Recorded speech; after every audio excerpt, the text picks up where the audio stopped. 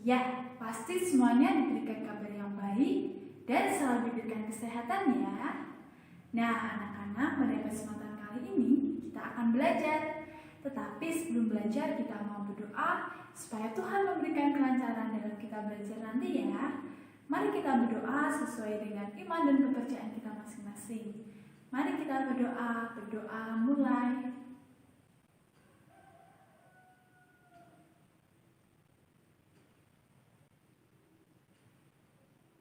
Selesai. Nah, anak-anak, sebelum kita belajar, Ibu akan memperkenalkan diri. Nama Ibu Gloria Pirena Abdi, dan kalian bisa memanggil Ibu Gloria.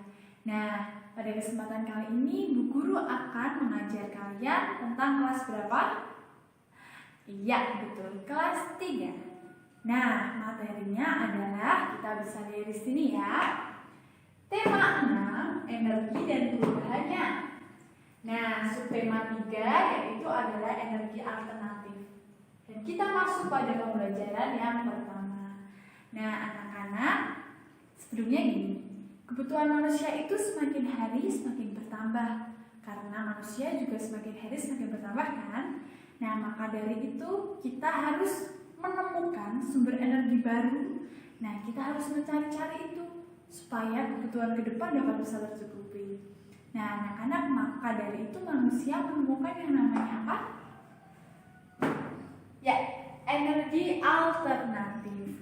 Nah, sebelumnya apakah anak-anak tahu energi alternatif itu?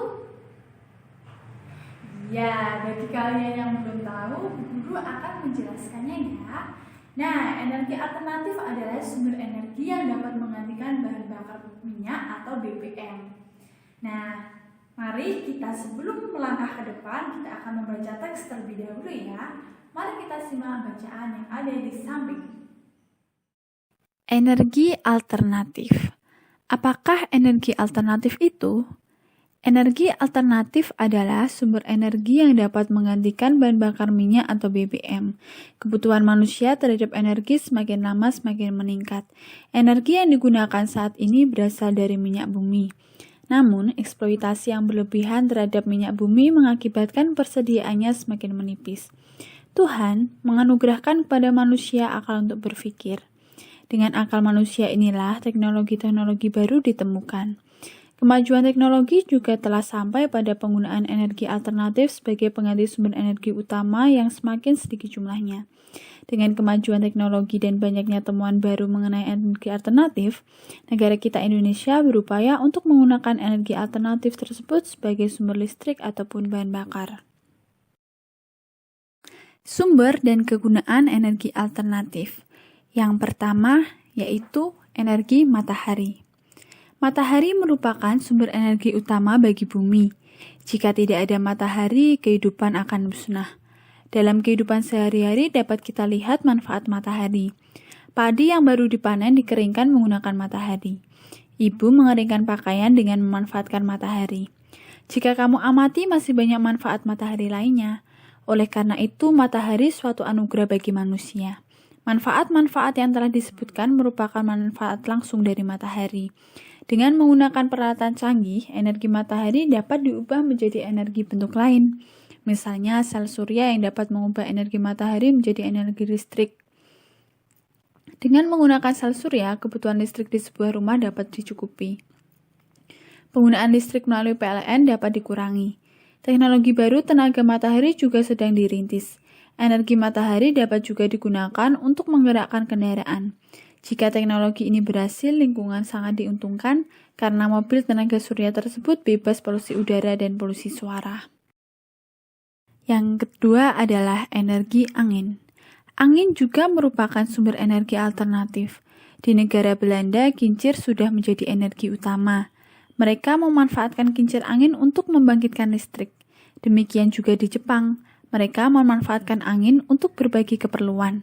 Di Belanda bukan hanya fasilitas umum yang menggunakan energi angin. Secara perorangan mereka juga memanfaatkan kincir angin misalnya untuk mengolah hasil ladang dan memompa air. Yang ketiga adalah energi air. Sebagian wilayah Indonesia merupakan daerah pegunungan. Oleh karena itu di Indonesia air terjun banyak ditemukan. Air terjun merupakan salah satu sumber daya energi. Air terjun tersebut dapat digunakan untuk menghasilkan energi listrik, pembangkit listrik tenaga air atau yang disebut PLTA. Jika tegangan air terjun terlalu kecil, terlebih dahulu dibuat bendungan. Kemudian, air akan terkumpul di daerah bendungan. Setelah itu, air dari bendungan dialirkan untuk memutar turbin. Putaran turbin tersebut digunakan untuk memutar generator penghasil listrik. Di daerah yang terpencil, untuk memenuhi energi listrik, dibuat generator listrik kecil. Generator tersebut digerakkan oleh kincir-kincir air kecil. Satu generator listrik biasanya mampu mencukupi kebutuhan listrik satu keluarga. Yang keempat adalah energi panas bumi. Panas bumi juga merupakan sumber energi. Panas bumi dapat digunakan untuk menghasilkan listrik. Pembangkit listrik tenaga panas bumi biasa disebut PLTU. PLTU singkatan dari pembangkit listrik tenaga uap. Proses pengolahan panas bumi menjadi listrik adalah sebagai berikut. Uap panas dari dalam bumi dialirkan ke permukaan melalui pipa. Lalu, uap panas dialirkan ke turbin melalui pipa sehingga turbin berputar. Di Indonesia, pembangkit listrik tenaga uap terdapat di daerah Kambojang, Jawa Barat. Nah, anak-anak, tadi kita sudah membaca mengenai energi alternatif beserta contoh-contohnya ya, anak-anak. Nah, maka dari itu kita harus senantiasa menjaga supaya energi alternatif itu dapat bisa kita gunakan sampai masa-masa mendatang. Nah, anak-anak, pada kesempatan kali ini Bu Guru ingin bertanya nih, apakah mainan yang bisa digunakan dan digerakkan oleh energi angin? Apakah itu? Iya, betul sekali. Adalah layang-layang. Nah, anak-anak, layangan itu bisa bergerak karena adanya energi angin. Nah, mari kita simak bacaan. Berikut adalah gambar layang-layang. Layang-layang digambar dan diberi hiasan agar menarik. Garis digunakan untuk menghias layang-layang. Bidang juga digunakan untuk hiasan tersebut. Layang-layang tersebut memiliki warna yang berbeda. Warna garis dan bidang menjadi motif dalam gambar layang-layang. Nah, saat kita bermain layang-layang itu tidak terasa pasti waktu berjalan lama. Bahkan itu lewat 1 jam, 2 jam, sampai seterusnya. Nah, mari sekarang kita mau belajar mengenai jam.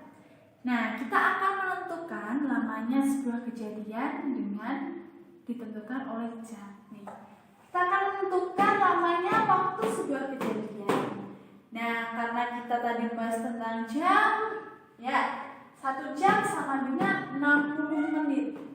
Nah, maka dari itu ada contoh, kalian simak baik-baik ya. Seperti ini contohnya. Udin bermain layang-layang dari pukul 10 sampai pukul 11. Berapa jam Udin bermain layang-layang? Nah, sekarang di sini adalah 2 jam. Ini nanti Ibu akan menulis saat dia memulai bermain layang-layang pada pukul 10 tepat ya.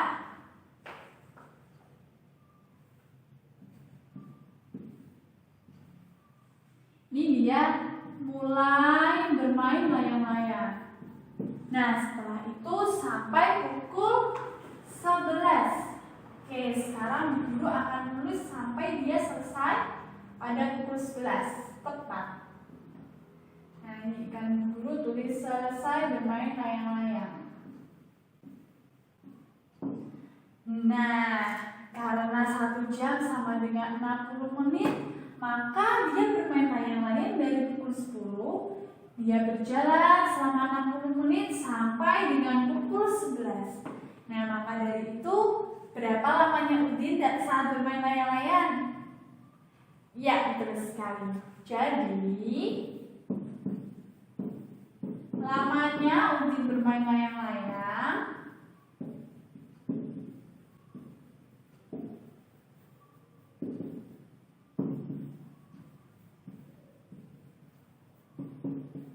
selama berapa tadi anak-anak?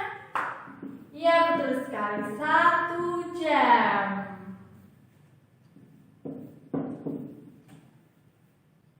Nah, seperti itu ya anak-anak. Dan setelah ini kita akan melihat contoh tentang. Nah, berikut adalah contoh kedua. Abdul bermain layang-layang dari pukul 15.30 sampai dengan pukul 16.30. Lama waktu dapat digambarkan sebagai berikut. Nah, di situ gambar jam yang pertama adalah setengah 4 sore.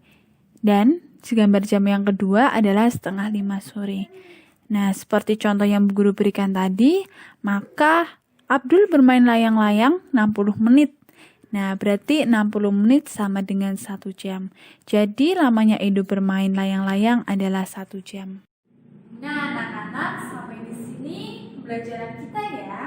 Apakah kalian merasa senang? Ya, pasti semuanya merasa senang ya. Nah, anak-anak, pembelajaran kita akhiri. Anak-anak jangan lupa menjaga kesehatan ya. Ikuti perintah protokol yang telah diperintahkan supaya kalian terhindar dari setiap virus-virus yang tidak kita inginkan. Nah, maka dari itu kita harus tetap semangat dalam belajar dan juga dalam melakukan segala hal. Terima kasih anak-anak, sampai jumpa.